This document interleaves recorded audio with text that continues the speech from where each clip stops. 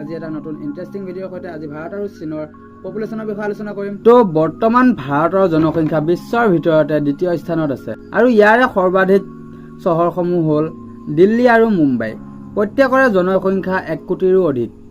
1951 চনত ভাৰতে পৰিয়াল পৰিকল্পনা কাৰ্যসূচী আৰম্ভ কৰা প্ৰথমখন উন্নয়নশীল দেশ হিচাপে পৰিগণিত হয়। তেতিয়াৰ পৰা ভাৰতৰ জনসংখ্যা 4 গুণ বৃদ্ধি পাইছে। ৰাষ্ট্ৰসংঘৰ অৰ্থনৈতিক আৰু সামাজিক পৰিক্ৰমা বিভাগৰ বৰ্তমানৰ হিচাপ অনুসৰি 2030 চনৰ ভিতৰত দেশখনৰ জনসংখ্যা 1.5 বিলিয়ন আৰু 2050 চনত 1.68 বিলিয়ন হ'বগৈ। আৰু 1950 চনৰ পৰা 2050 চনলৈ ইণ্ডিয়া আৰু চাইনাৰ জনসংখ্যা এনেধৰণৰ হ'ব, যিবোৰ মই দেখাই আছোঁ স্ক্ৰীনত চাই থাকক। 1950 চনত ইণ্ডিয়াত আছিল 376 মিলিয়ন আৰু চাইনাত আছিল 554 মিলিয়ন। 1970ত আছিল ইণ্ডিয়াৰ 555 মিলিয়ন আৰু চাইনাৰ আছিল 827 মিলিয়ন।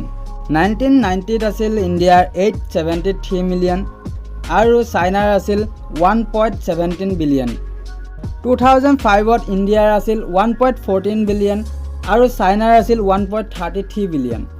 2018ত 1.35 বিলিয়ন ইণ্ডিয়াৰ আৰু চাইনাৰ আছিল 1.42 বিলিয়ন। আৰু 2020ত ইণ্ডিয়াৰ আছিল 1.38 বিলিয়ন আৰু চাইনাৰ আছিল 1.43 বিলিয়ন। 2030ত ইণ্ডিয়াৰ 1.51 বিলিয়ন হ'বগৈ আৰু চাইনাৰ 1.44 বিলিয়ন হ'বগৈ। আৰু একেবাৰে শেষত 2050ত 1.65 বিলিয়ন ইণ্ডিয়াৰ আৰু 1.36 বিলিয়ন হ'বগৈ চাইনাৰ। গাইজ ভিডিঅ'টো চাই কেনে পালে কমেণ্ট কৰিবলৈ একদমেই নাপাহৰিব। তো আজিলৈ ভিডিঅ'টো ইমানতে সামৰণি মাৰিছোঁ। Good bye.